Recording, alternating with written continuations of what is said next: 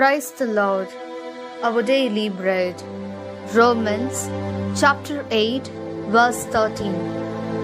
If you live after the flesh, you must die.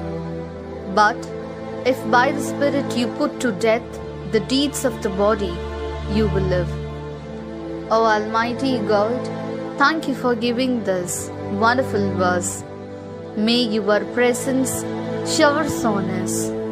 O Lord, we humans are addicted to disability and we are on the brink of death.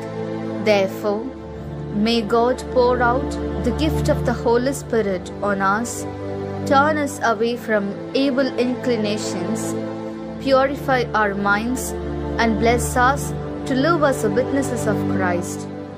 We ask this in the precious name of our Lord Jesus Christ. Amen. அன்றாட உணவு. உரோமையர் அதிகாரம் 8 இறை வார்த்தை 13.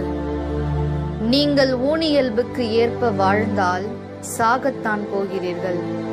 ஆனால் தூய ஆவியின் துணையால் உடலின் தீச்செயல்களை சாகடித்தால் நீங்கள் வாழ்வீர்கள். அன்பின் தகப்பனே, இன்றைய நாளிலே இந்த இறை மன்னாவை கொடுத்ததற்காக நன்றி ஆண்டவரே.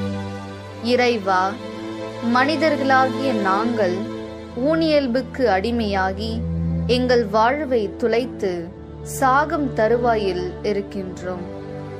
எனவே இறைவா, தூய ஆவியை எங்கள் மேல் கொடையாக பொழிந்து தீய நாட்டங்களிலிருந்து வெளியேறி எங்கள் மனதை தூய்மையாக்கி கிறிஸ்துவின் சாட்சிகளாக வாழ எங்களை ஆசிர்வதியும். ஆமென். അന്നുള്ള ഭോജനം. റോമ 8 അധ്യായം 13 വാക്യം. ജഡികരായി ജീവിക്കുന്നെങ്കിൽ നിങ്ങൾ തീർച്ചയായും മരിക്കും.